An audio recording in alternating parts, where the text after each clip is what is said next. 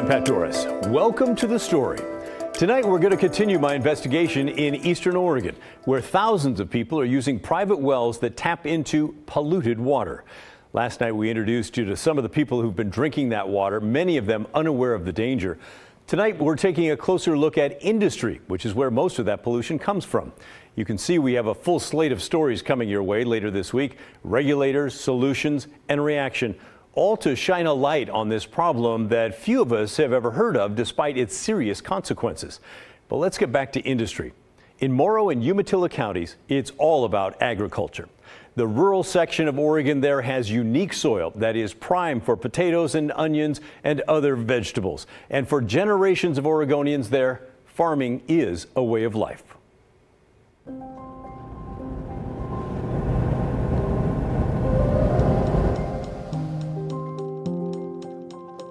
In the rolling hills outside Echo, Oregon, it's early September, and the red onion harvest is underway. Jake Madison is a fourth-generation farmer here, 3 hours east of Portland. His great-grandparents started the farm back in 1914 with 160 acres of dryland wheat. Now, Jake owns a farming operation that spans 10,000 acres. He loves the land and carefully tracks how much fertilizer is applied to each crop. Like on these onions, we come out and we pull tissue tests. We pulled like 8 to 10 soil and tissue tests during the key periods from the 1st of June through the end of July. And that's all designed to see how much exactly fertilizer you need or don't need, or exactly what's happening with it. it. And we can track what it's using, what it's not using.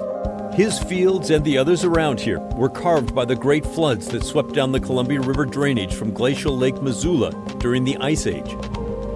It left behind a combination of sand and silt and gravel, which now makes up the soil.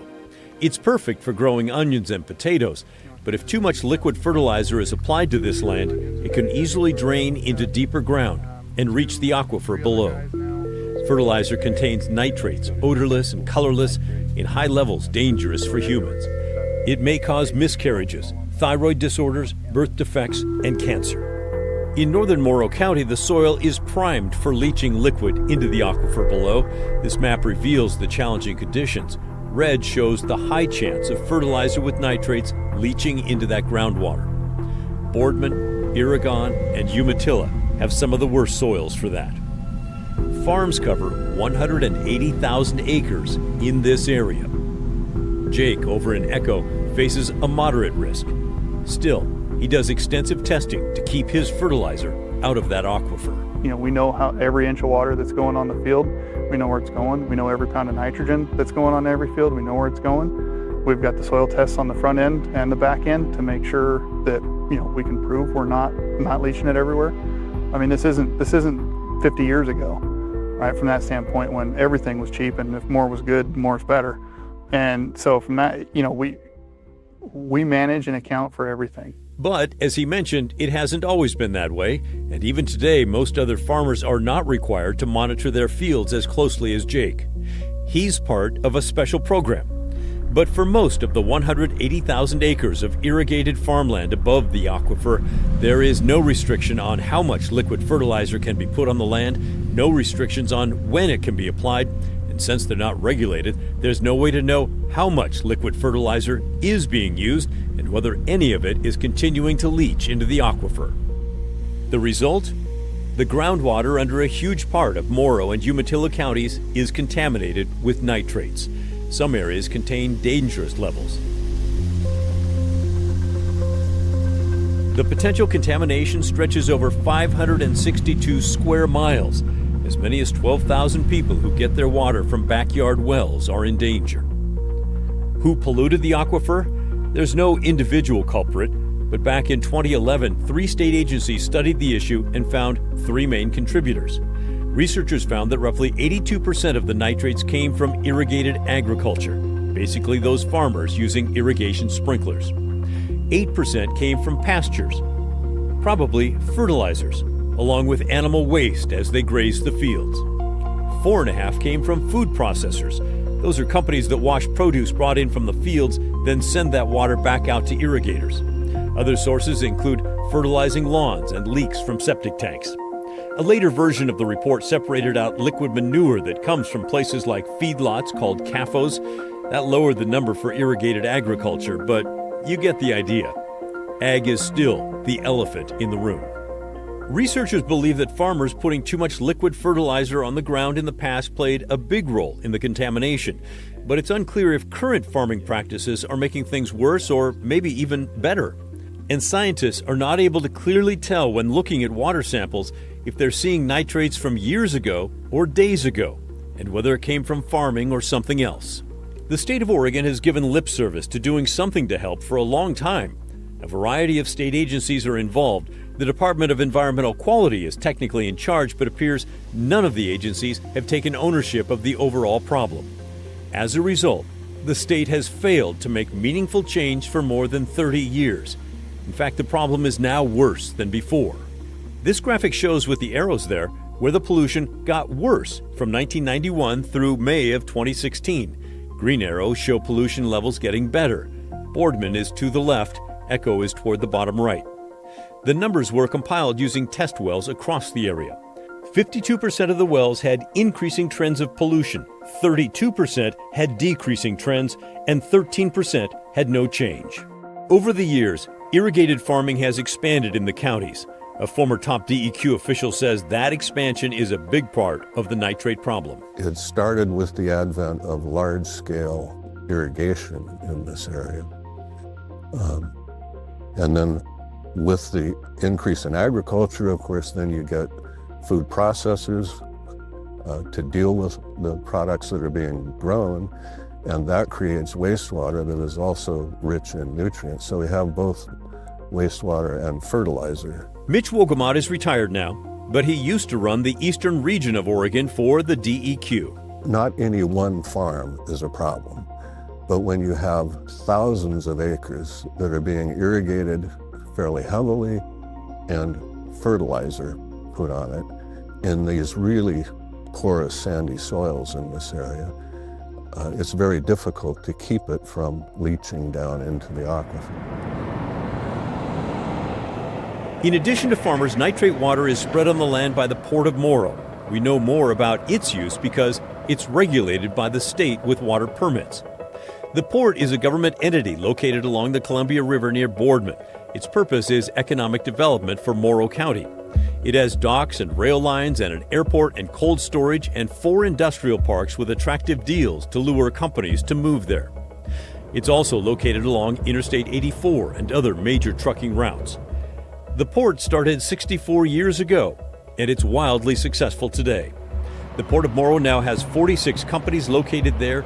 In a county with nearly 13,000 people, 6,300 jobs are directly or indirectly connected to the port. The companies combined pay more than $100 million in local and state taxes. Making any moves that would restrict its business is fraught with economic and political danger. Its largest tenant? Those companies involved in producing food. They use water to wash the onions or potatoes or other crops that pour in from local fields. After it's used, that water contains nitrates. The port collects the water from companies located at its sites and stores millions of gallons in these holding ponds. It also sends another 7 to 10 million gallons a day out to farm fields through a network of pipes. Some of the water is spread on fields owned by the port. Some of it goes to farmers, including Jake Madison. Jake is such a valuable outlet for the port that they built a pipeline from Boardman to his farm in Echo. It stretches 16 miles. 16 miles. While the process works for Jake, the port still has more wastewater than it can get rid of. The port has been reprimanded for dumping wastewater on fields during the winter when little is growing. With no crops, it's easier for that wastewater and nitrates to leach down to the aquifer below. This past June, the DEQ slapped the Port of Morrow with fines totaling more than $2 million for dumping wastewater in the winter more than 2,000 times. The port refused our request for interviews and a tour. But public documents show the Port of Morrow has promised to invest $200 million to help with the problem. It plans to build a huge storage lagoon and take other steps to strip much of that nitrate out of the water before it's sent out. During a candidates forum in May of 2023, put on by the Boardman Chamber of Commerce and posted on YouTube, Marv Padberg, who was a port commissioner at the time, said taking care of the nitrate problem will be a huge expense for the port. First off, to take care of our nitrate issues, regardless of any of the other entities do anything, it's going to cost the port upwards of 500, 600 million bucks, maybe more than that. It's unclear where the port will get that money. Back out on his farm, Jake Madison says stripping nitrates out of the water will not solve the bigger problem and is only going to cost him money. He'll need to buy more fertilizer for his crops. I mean, I get it from the standpoint of, great, we removed the nitrogen from this water, but I still need nitrogen to grow the crops, so I'm going to go buy fertilizer to put on the crops now. So it's kind of like, okay, you didn't really change anything. It's a problem with many sides. The DEQ is requiring the port to strip many of those nitrates out of the water, but they don't have to do it until November of 2025, 2 years from now. Under Oregon law meant to protect groundwater, a special committee was created to study the problem there. Over the years, it's been made up mostly of industry and local government. They have recommended voluntary steps towards stopping the pollution, and those steps have failed, leaving thousands of Oregonians with polluted water. Tomorrow night, we'll ask where the regulators have been. Why aren't they doing more? It's clear the local industry there is not going to stop its practices, so perhaps the state stepping in to protect all those people? Well, not exactly. Then Thursday, we'll show you what is being done to help the people and explain why many think it's still not enough. As you can see, we still have a lot more to bring you as we dive deeply into this crisis in Eastern Oregon. In the meantime, what's your take on all this? Is it just the cost of doing business in a rural economy, or do you think the state should be doing more? Send us your thoughts, will you?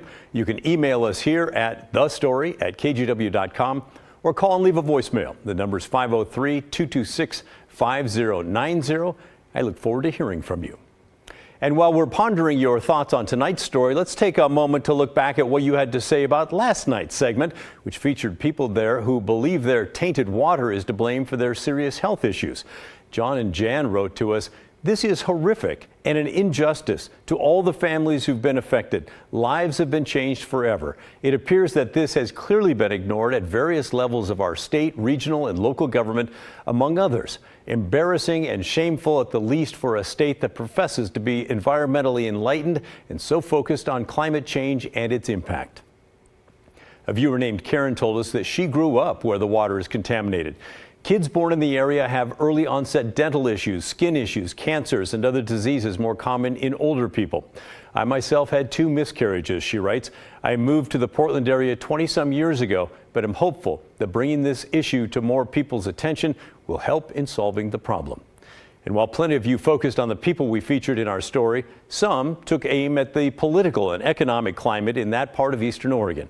A viewer who did not leave a name wrote, "The nitrates in the groundwater is the direct result of the ranchers and farmers of Eastern Oregon who have adamantly fought against any regulation from the county, state, and federal governments so that they can molest the lands for their own profit." And the writer went on, "Now that the far-right policies and practices have ruined the precious water resources, they are crying about the lack of government control and are demanding the government that they detest to fix the damages and make them right." Over on our YouTube page, Carol wrote, "All those years of fertilizing and animal production, what'd you expect? You were warned years ago. We tried to tell you. Thanks for your greed and blowing the rest of us off." We'll share many more of your comments on Friday this week as we wrap up our series, but for today, let's end on this message from Kathy.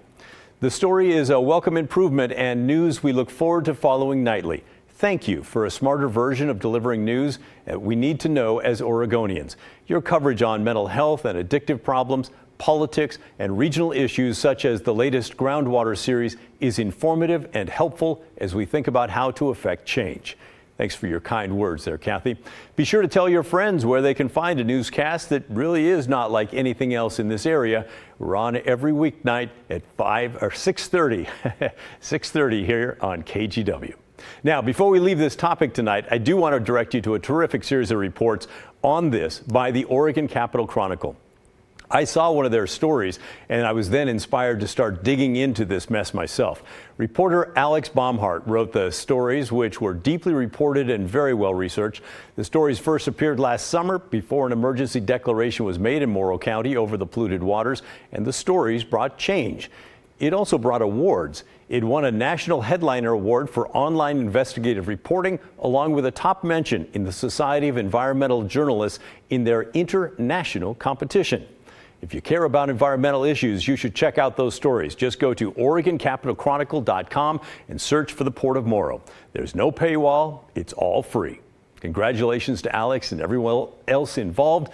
It's really great stuff. Still to come on the story, Multnomah County announces just how much money they've fined ambulance provider AMR for its slow response times. Investigative reporter Evan Watson has followed this every step of the way, and he sat down with County Chair Jessica Vega-Peterson today to see where it goes from here. Those details, plus how AMR is performing in neighboring Washington County, when the story returns.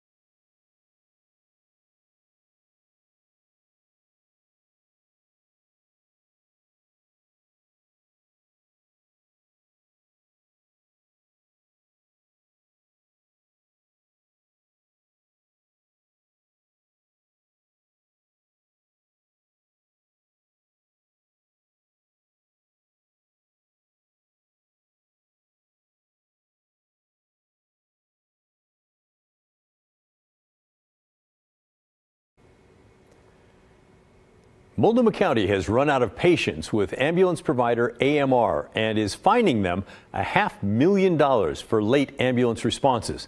They've been showing up late for a while, but this fine only covers the month of August. Investigative reporter Evan Watson has covered this extensively. He sat down with Multnomah County Chair Jessica Vega-Peterson today, who pointed out that response times have been unacceptable for more than a year. AMR, the ambulance provider in Multnomah County, is now facing a $500,000 fine for late responses to 911 calls. Multnomah County Chair Jessica Vega-Peterson says AMR has failed to meet response time standards for the last 18 months. Conversations about how to fix the problem haven't helped. What we've seen instead is that there's been no improvement in response times. In fact, we are seeing AMR expanding into other counties when they're having issues staffing and serving Multnomah County. For me, this was about accountability. AMR and Multnomah County have sparred over ambulance response times all year long.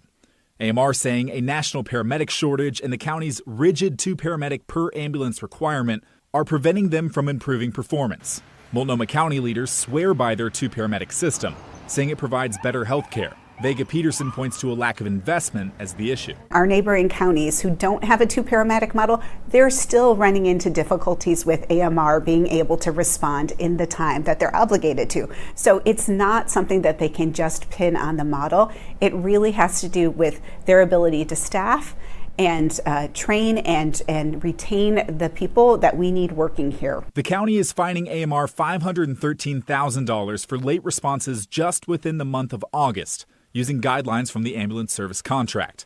Last week, AMR chose not to appeal the fine.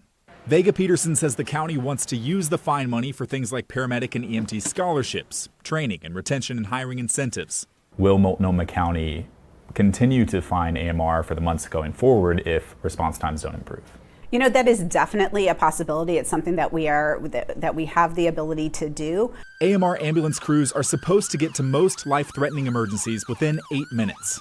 Multnomah County found more than 1,000 incidents where it took paramedics 13 minutes or much longer to get to a scene. Vega Peterson said AMR's recent expansion into Washington County helped seal her decision to fine the company. Knowing that they were going to be expanding their service, having to staff up a whole new system there, potentially pulling away from the staff that we have here in Multnomah County, all of that was a big red flag for me. Like, you know what? We need them to refocus on Multnomah County. Evan's here with me now. Interesting report. And what's going on with Washington County and these other surrounding counties? Yeah, Pat, important to remember that AMR operates not only in Multnomah, but Washington, Clark County, and Clackamas County as well. Most recently in Washington County, they expanded there just 3 months ago in August. And that's also interesting because fire departments and fire chiefs, one in the email, Jim Gearing with Cornelius and Forest Grove, recently said the operational impacts of continuing to utilize our publicly funded fire department transport units to subsidize a private business has become unsustainable. Basically, fire having to fill in, even though it's only 3 months into AMR's tenure there in Washington County, and that he says they can no longer do that. Meanwhile, up in Clark County, we've talked in the story about the level 0 cases they've had there. Clackamas County, for example, they're re-looking at their AMR service agreement coming up this December. So you're seeing similar issues with ambulance problems and transport across our area for a variety of different reasons, but the one common denominator being AMR officers. The same company, yeah. All right, great stuff. Thank you, Evan. Appreciate it.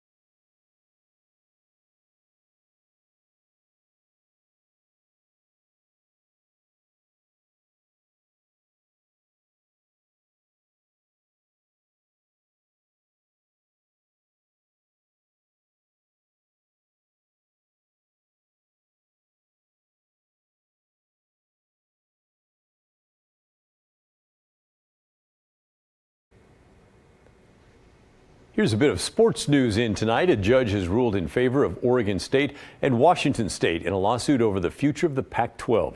The judge decided that OSU and WSU will be the only two voting members of the Pac-12 going forward.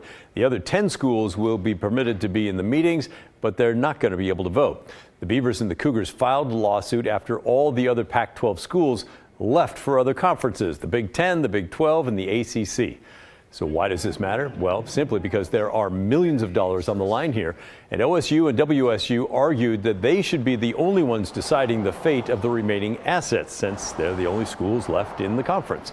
The University of Washington has already indicated that it will appeal the ruling. Updates as we get them right here and at KGW.com. Also, the man who led the takeover of the Malheur National Wildlife Refuge has a new warrant out for his arrest in Idaho. Officials say Ammon Bundy did not show up for court after being charged with contempt of court.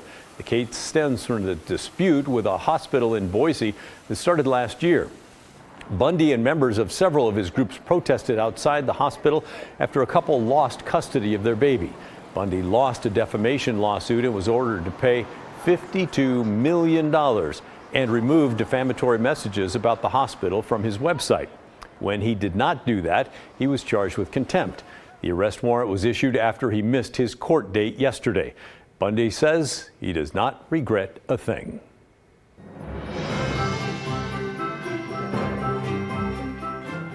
The KGW Great Toy Drive is going on now, and this week, internet provider Ziply Fiber will donate a portion of all new installs up to $3,500. If you would like to help out, you can drop off a new unwrapped toy at any IQ credit union, Fred Meyer, or local Toyota dealership, or you can make a cash donation online and we'll go shopping for you. Go to kgw.com/toy and click Donate Cash.